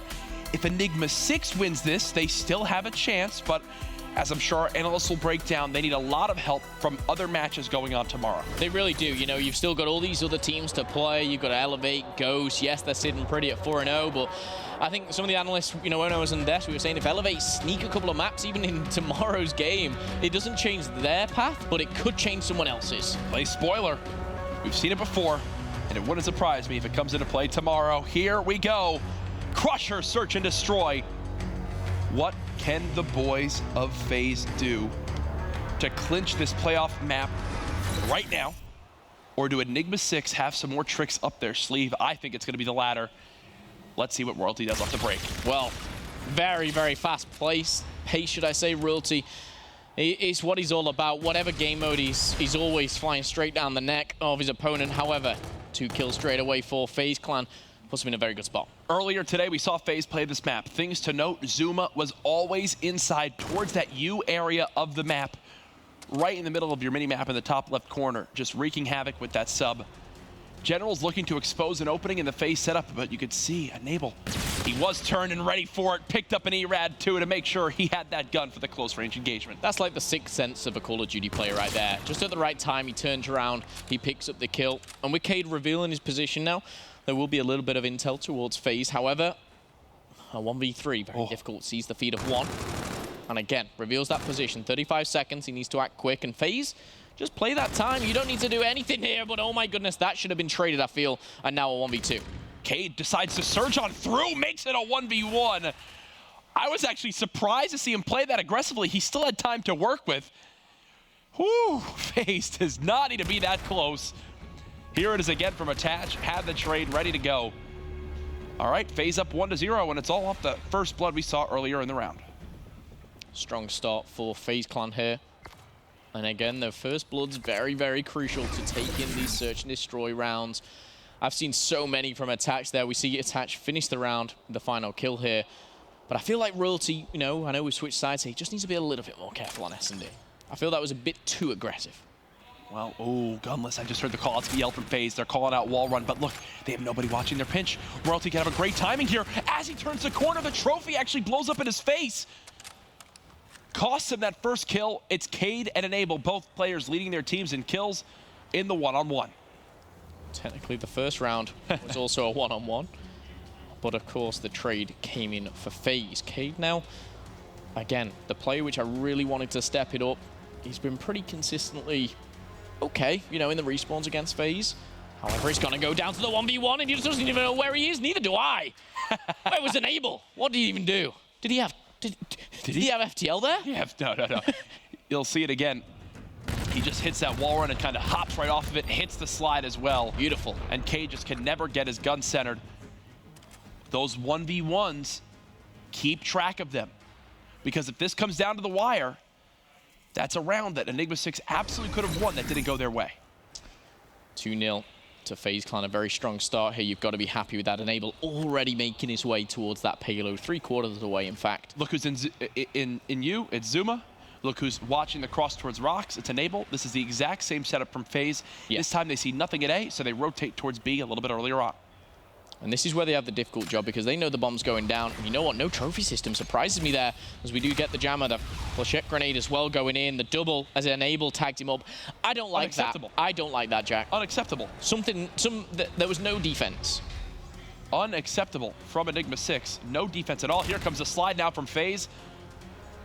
They've now forced the players off the site, and that just spells disaster for me as FaZe look to push towards outside. It's kills being traded by both.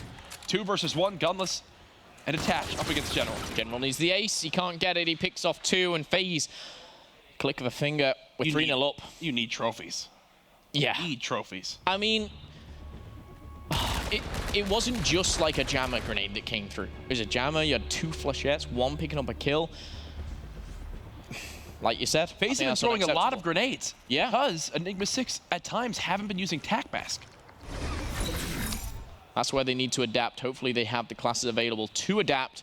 Let's see how this works out as Enable. So close to that camo. Round 4. The man's an assist off camo. Attach goes down for the first blood, this time in favor of Enigma6. We do see Enable in a very strong position here, but with 3 plays down, he's in a very tough position. Done. And a strong play there from Enigma6. What did they do differently there? They finally got aggressive, and they were finally all together as a unit instead of splitting up and playing all different areas. Another key thing is they get first blood, and I think they get some great timings too. It was a round which they needed. I think going 4-0 down kind of sets the precedent for the rest of the game. I think it's maybe a little bit too far out of reach, but 3-1, definitely doable. Oh, when I mentioned the good timings, just look at what happened with Enable right there. Goes to spot bridge. The second he spots bridge, he sees the foot of the player running away.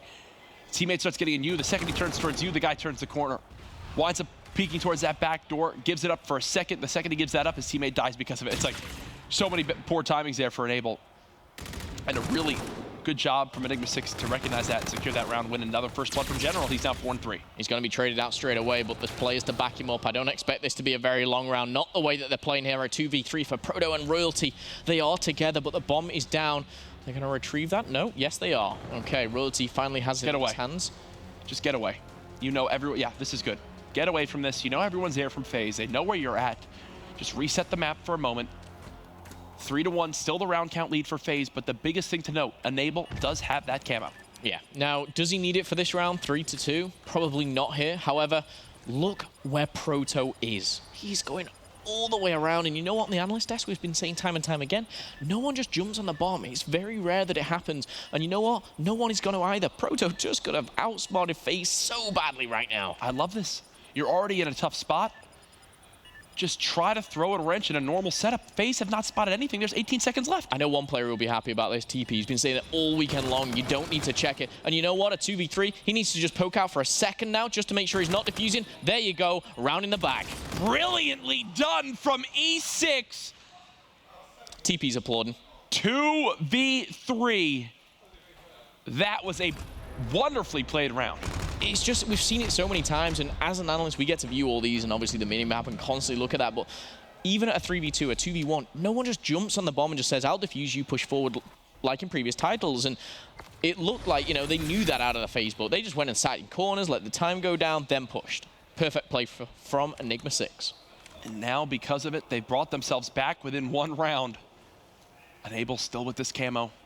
Probably not going to use it off the break of this one. As you can see on the minimap, no one here towards the site from Enigma6. Camo available. The bomb shortly going down. We've got 1 player on the flank. It's going to be Cade, 6-4. Definitely turning up towards the later part of the series here. And a very crucial round. Oh, they're going to damage Inzuma. He's already 1-5. He's actually opted to go straight out. He does pick up 1, but 2 do fall. And now in a 2v3, make it a 1v3 Enable.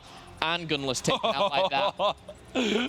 I love it, baby. I love it. Remember, guys, if you're just tuning in, FaZe, if they win this map, they secure their spot for the $500,000 Stage 2 playoffs. If they lose this map, there's a hell of a lot more to fight for. If you're Enigma6, you need help with some series tomorrow. It's not going to be easy, but there is a chance. That is the simple thing to take away from this. FaZe 3-0 up just like that, but just as quick. We see it at 3-3. Enigma6, they've countered the play. Enable still has that camo in his back pocket. And Cade, he now sits on 8-4. What was he beforehand? Because Cade just used his payload as well. That's the Centurion. Centurion dropped as well on the flank. I think he picked up 2 at least that previous round. They should be able to go for a quick plant here. Yeah. Do they have a trophy? Do they have a trophy? Camo used from Enable, he picks up 1. Royalty with the Trinity Rocket, picks up the 2nd, and now a 2v2 Jack with 40 seconds left. Royalty finds the 3rd. We're all down to Gunless in a 1v1. Gunless and Proto. Did he spot the player go towards Rocks? I do believe so. Gunless knows where he is. FTL jumps forward, doesn't get it. The clutch from Proto. No more camo for Enable. One of those 1v1 rounds, again, that can make all the difference. Onboarded Gunless right there. I thought I was sat on a roller coaster. He just boosted forward. I felt like I went forward with him there. Dude, it said it took him 6 shots to get that kill. Oh my gosh. 4 rounds, back-to-back Jack. Enigma6. They did the comeback on Retaliation Hardpoint. They're doing it on S&D. They now have the lead. Are they the new EG that just loves to go down in a series, put some pressure on themselves and say, okay, now we'll fight back? My goodness. Royalty still has his Look at payload, FaZe. 9 and 4. What do FaZe do? FaZe are flustered. Yeah, they're just sat in the back. They don't even know. They don't know if they're getting flanked. They don't know if everyone's stacked B. I don't know if they're aware, just kind of being aware of potential score streaks. Trinity Rockets did come in from Royalty. I don't know if he has anything more. Can we swap? Is this Royalty's perspective we're on right now? This is Cade right now. Okay. I probably could have looked in the bottom left of my screen to know that. You're casting Cuddle Wild Jack. You know what? I'm still not smart. The bush is now here's the bombardment. This was what they were worried about. They're going to try to flood right on through. And it'll work out. That's a best case scenario for FaZe. And now they have the 3-2 advantage. They've taken bombardment out. They can almost go back and plant if they wish and have that advantage. But they're looking for another kill. Royalty says no.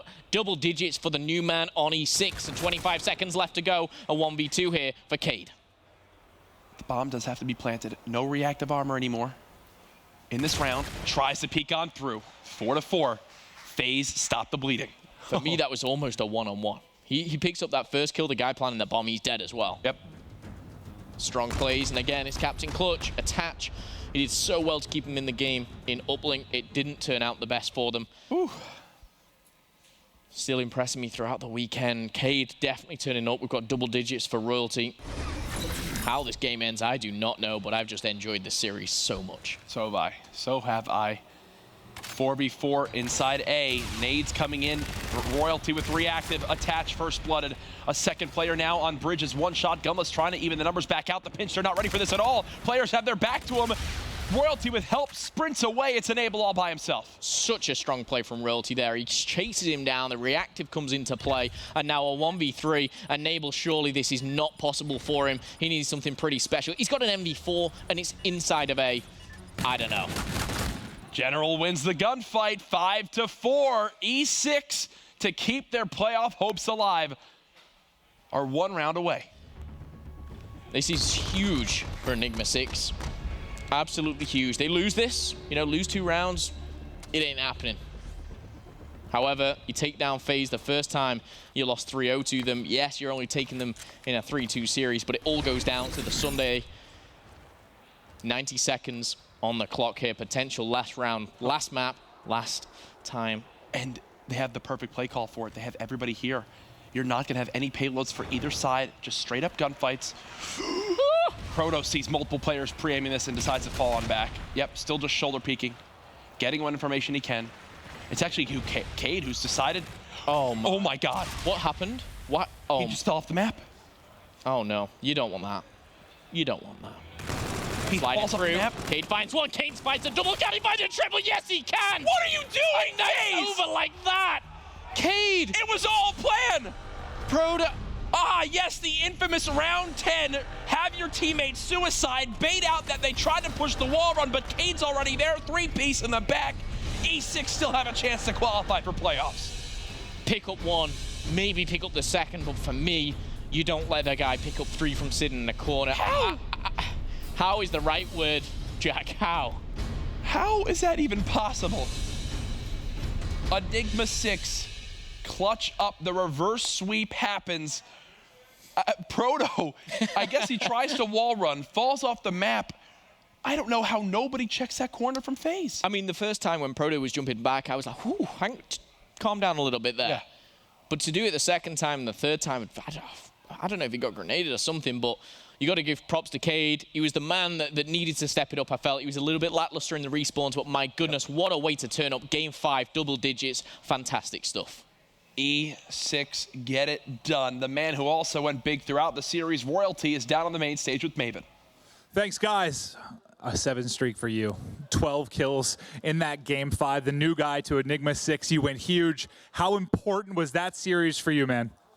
Basically, we knew we were facing elimination from playoffs if we didn't win that series. So when we went down 2-0, we're just like taking one map at a time. And then slowly we won that uplink. We clutched up. Hardpoint, we came back. And then that S&D, we were down 3-0, came back. I went on that 7 streak. But that last round was all my teammates. They got like, what, 4 kills. I didn't do anything the last round. I was just kind of chilling. So I'm proud of them. Hey, talk to me about Proto. Did he run out of boost? What happened? He falls off the map? I mean, all I heard was I fell off the map, I ran into boost, him screaming that, and then I guess I saw like Cade get 2 or something like that. Jordan got 2, so I was like, we won the round. I was like, whatever. Like, that was awesome, man. What a great run. You guys were down 2-0. You get the reverse sweep. But talk to me a little bit about kind of the mentality going into tomorrow. You guys kind of need to go 2-0. You have a chance. You're alive due to this win. What's the mentality going into day 3? Honestly, just take it one series at a time. Just like we did last series, we just played, take it one map at a time, and we'll come up with the wins that we need. So, hey, I'm proud of you. New guy to E6. Incredible performance, buddy. We'll toss it over to the desk.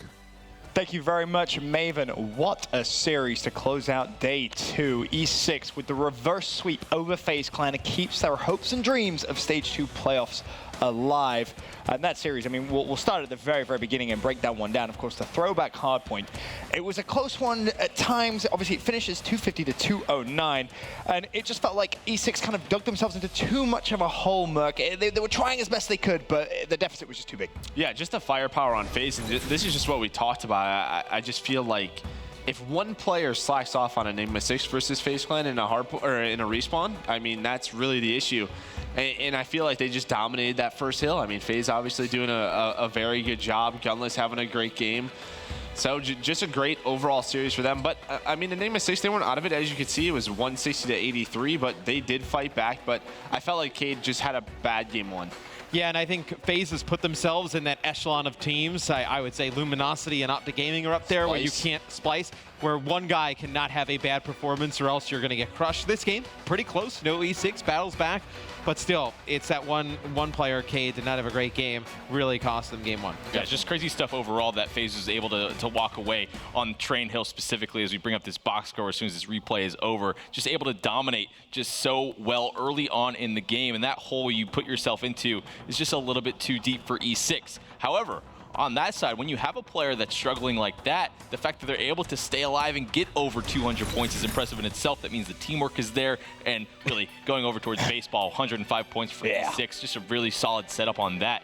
It seems like FaZe just doesn't do a great job of getting to the back sort of box right there on that hill. So E6, props to them for winning that one. Yeah. 8 points on Train, not impressive. That's yeah. Oh, I told you guys, I predicted it. Yeah, that first hill. Good job, Joe. Dude. Good job, Joe. Good job. Well, I didn't see the preview screen or anything. No, absolutely not. FaZe take map number 1. Moving over to map number 2, of course, the Retail Search and Destroy.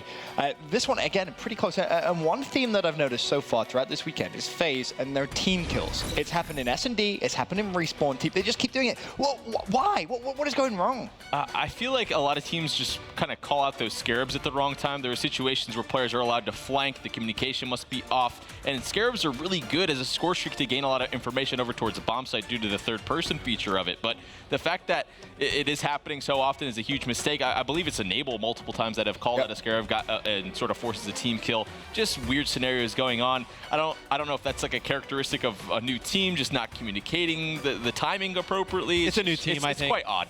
I think it's a new team. It's maybe Enable or whoever's calling in a Scarab, pushing it one way, doesn't expect the teammate to be there, it blows up, accidentally team kills them. I think it's definitely a product of them just being a new team and potentially, their comms just not being there yet.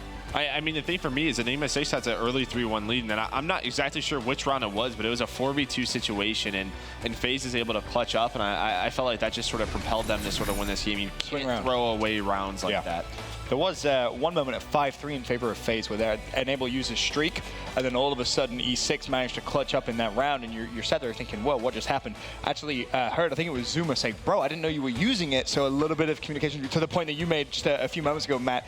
Maybe it's just that new team just trying to get clicked and fully informed. Well, it's further in the series, but game 4, I think, we were sitting here, and after it ends, E6 wins it, obviously. Spoiler alert. Wow. You can hear, ruin it for everyone. You can hear Gunless on stage kind of like, I don't want to say yelling at the guys, but just kind of getting animated and like, hey, we should have been doing this. So I think with time, he's definitely going to throw more of an impact on the game in terms of what FaZe is trying to do as a team. It's just going to take some time. Then, of course, we go over to map 3, FaZe, 1 map away from guaranteeing themselves a spot at the Stage 2 playoffs. E6, though, they weren't going down without a fight. This one goes all the way to overtime, and the final moments of regulation play were just absolutely bonkers, for lack of a better word. It was just crazy, it was hectic.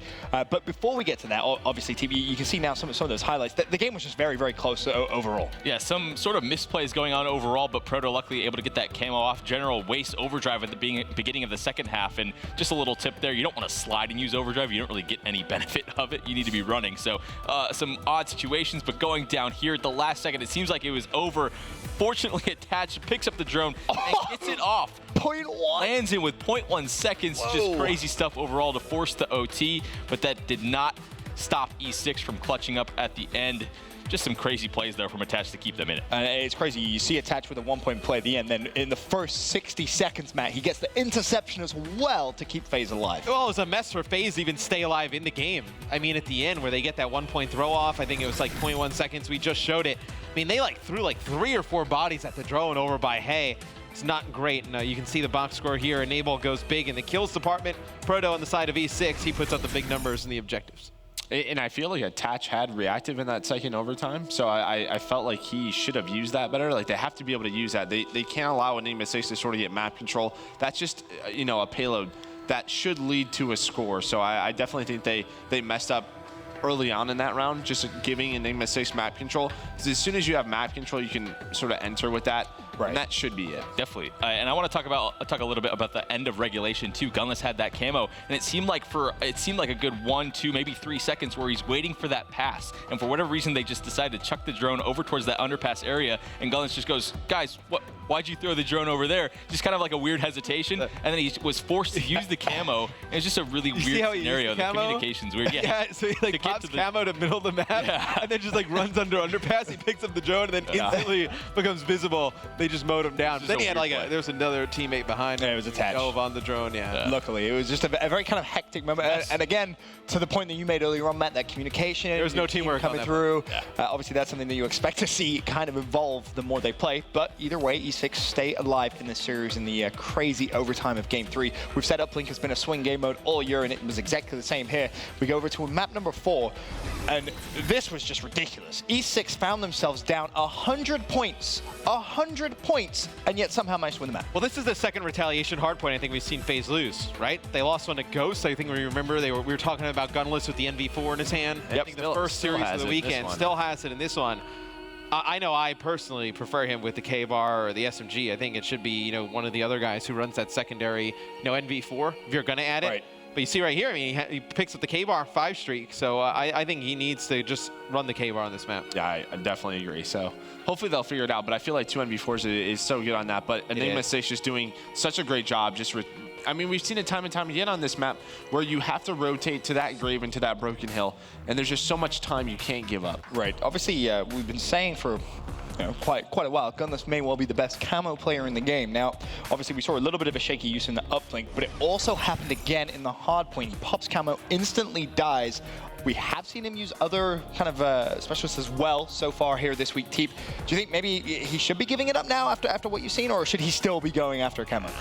You got to give Gunless the respect with camo. He's been one of the best throughout the whole year. Some questionable plays, though. I really will give you that point. It just, I don't know. It seems like the team is off a bit, and I'm going to go ahead and make a call. This is looking like Black Ops 3 phase in Hardpoint, where it's really close games. The slaying seems to be a little bit swayed into their favor. They're not able to clutch up. They seem to have the lead the entire game. If we get to the last 2 hills, finals, they basically fumble that lead, they blow it, and it just gets away from it. It's actually funny to watch. It's very reminiscent of it. And I think Attach had a bombardment. I know a lot of people were questioning that. Sort of, those are just streaks that should extend the lead. Right. You know, you have those to break. He uses a Trinity. I know he might pick up 1 or 2, but the bombardment definitely crushed in there. So you have to be able to use those streaks effectively. Yeah, crazy ending towards that hard point, but series tied 2-2.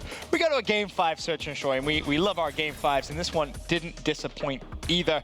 Enable starts off 5-1 with FaZe at 2-0. Cade was 5-2 at the time as well. So the game definitely kind of started off at that quick pace that we wanted, Teep. Yeah, definitely early momentum over towards FaZe, playing these rounds very, very good. Enable luckily able to get the jump on Cade in this one. Couldn't even get him on his screen to win that one. But then all of a sudden, the momentum finally shifts. E6 finally chips away some of these rounds back into their favor. But this is the round I want to talk about. Matt, go ahead. Yeah, that's the round that I think E6, for me, that's when they started to take control of this game. You know, after this round, they go on.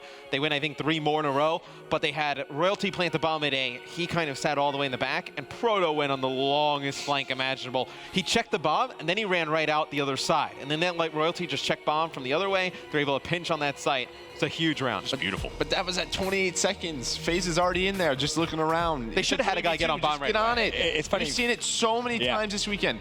For some reason, people just don't get on the bomb. I wouldn't even check it, right? Like, I don't even blame Proto for taking the long way, taking 20 seconds. You just jump on it, please. It's funny because it's what both yourself and Teep kind of said. You're like, well, they're not going to get on bomb. Like, this is the perfect play. Like, you would expect. I mean, if FaZe do go on bomb, they defuse 100%. Yeah. Proto's going on the biggest flank, biggest flank, but still a great strat call from E6. I think it's just a product of how Search and Choice changed over the years. Like, you guys can remember back to like Black Ops 2, it would always be like a guy gets on bomb, you look over him, he tries to defuse. Yeah. Then as the years went on, it just became like, all right, the guys are just playing for the kills, kind of. And then I think now it's so rare to see somebody jump on bomb right away that you don't really have to worry about it. True. I think one of the biggest things we have to talk about, too, is how Royalty was able to snowball that game in their favor. A perfect Trinity rocket over towards that B site, the reactive to win round 10. Just overall game-changing plays when you have that utility earned so early on in the game, and really, like, in a matter of a couple rounds, he really used it to the best advantage possible, got that momentum even more into their favor, and then Cade with that 3-piece. How does FaZe not react to that? That should really be an easy trade, but regardless, he gets the job done. It looks so bad as well. Proto falls off the map. We're like, oh my god, this is going to around 11. Oh, man. But it didn't. Obviously, they were able to clutch up. I just think that round 5, I mean, FaZe should be able to go up 4-1 there. It's probably over. Even FaZe going up 3-0, I just feel like you should be able to close out. You're snowballing. You're going to get your payloads first. Right. Probably working on streaks. They win that round 5, and it's a 4-1. I just don't see Enigma6 getting back into this one. And what was another actually important round as well, which we haven't talked about, was round 7. That was when Proto actually clutched up. Enable used camo, and as well, goodness, that was when he FDL'd straight at him, and Proto still managed to get that kill. Yeah. So 2 big payloads actually used in that round, and E6 still come out on top. I mean, that was, to your point, Matt, they just snowballed the momentum. And I think we talked a little bit about Proto coming into the series. Like, he had not been great up until this point, but he had a lot of big plays in this match that ended up swinging it in E6's favor towards the end, which now makes tomorrow a lot more interesting. It definitely does. It could have been going into tomorrow with things kind of all done and dusted, but we'll take a look at our group standings now and show you that it definitely is still all to play for in terms of that second place spot. Maybe even that first place spot. It depends. There could be some crazy scenarios, man. I know you were doing the math, but as it stands, Ghost Gaming, they are 4-0, sitting pretty at the top. Elevate, yeah, it's not been a good weekend for them. 0-4, 0-12, 0% win percentage. They've solidified that spot. They definitely have. I don't think anyone is going to beat them to last place. I don't think so. No. For E6 and FaZeCon, though, they are both tied 2-2, and you'll see FaZe at the top simply because head-to-head with E6, they have higher map wins as opposed to E6, of course. But tomorrow gets interesting, Matt, and I know you were doing a lot of those equations, if you will, so break it down. Well, I mean, there's ways that, like, Enigma6 can get in, right? I mean, if FaZe, they play a match early, you know, and they lose it, or they lose a game to Ghost, right? And E6 goes 2-0, they could potentially end up with 1 more win. Then FaZe, which they'd be good. I mean, there's a scenario, you brought it up, you were like, can all these teams end up 4-2? They could go 4-2. So they can. I mean, Ghost plays E6 and FaZe tomorrow. Right. It's very possible that they lose both games tomorrow and everybody's 4-2. Right, because then FaZe and E6 both play Elevate. Yeah. Who really hasn't shown as much, so you expect those to be. But there is a great chance Elevate plays Spoiler tomorrow. They haven't showed us anything, Matt, to be honest. Not much, nothing. Are they even here? It's like Reedy takes a mask off. It's Marky B under there. It's really Millennium underneath there. It would be funny. Is that Marky B on stage? Sorry, there is a possibility, though, that they could cause a massive upset. You're completely right, though. It definitely doesn't look that way. But tomorrow is still wide open. There really is still a lot to play for. And we'll take a look at tomorrow's schedule so you know when to look out for those games. Kicks off with Elevate versus FaZe Clan, a must-win for FaZe there. You do not want to be dropping that map against Elevate. E6 versus Ghost at 3:30. Then we see Elevate versus E6. And to close out what could potentially be for that #1 seed, FaZe Clan take on Ghost Gaming. So many awesome games tomorrow, but that concludes an amazing day 2 here at stage 2 of the CWL Global Pro League. Ghost Gaming go undefeated and confirm their spot at playoffs. Joining them will either be FaZe Clan or E6. Of course, we will find that out tomorrow. As we said, still so much to play for. Elevate, on the flip side, haven't improved from yesterday, and they are still searching for that first map win. Action continues tomorrow at 2 p.m.